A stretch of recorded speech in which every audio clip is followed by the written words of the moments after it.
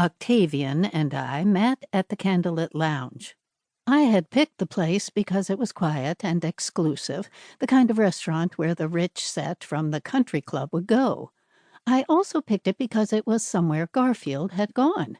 Chief Running Horse had taken him there after he'd clinched the house deal.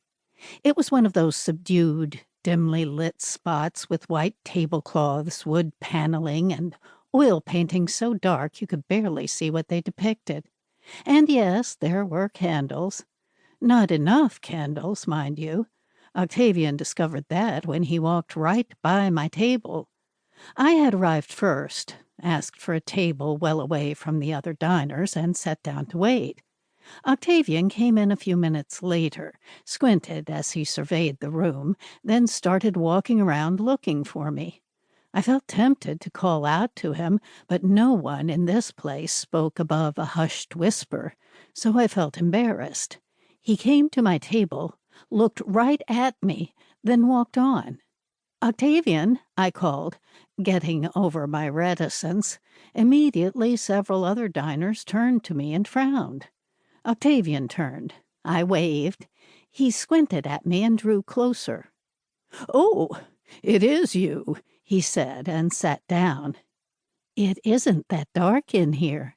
He gave me an abashed smile. "Age. My night vision isn't what it used to be." Good thing I hadn't taken him on my late-night break-in at the country club. "So how did your investigations at the country club go?" He had come straight from there.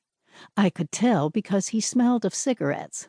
Octavian didn't smoke, but he had obviously endured the country club lounge just to help me with my case.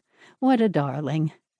"I suffered through many a boring conversation and inhaled enough second-hand smoke to kill an iguana. So I hope you appreciate this," he said. "Of course I do. By the way, do iguanas require a lot of smoke to kill them?" "Indeed they do." "What have you found out?" We were interrupted by a waiter coming to take our order. I ordered a steak.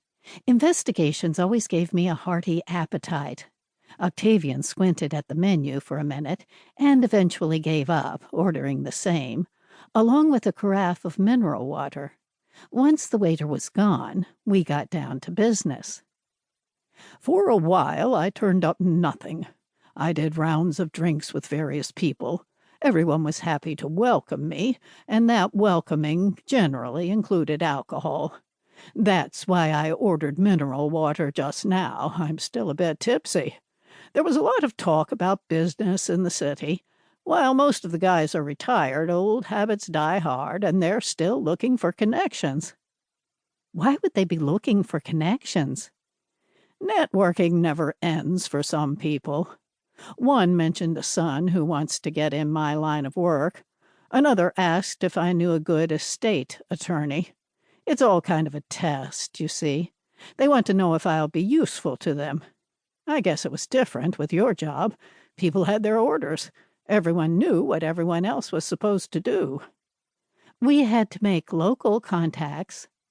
"Ah, so you know about networking.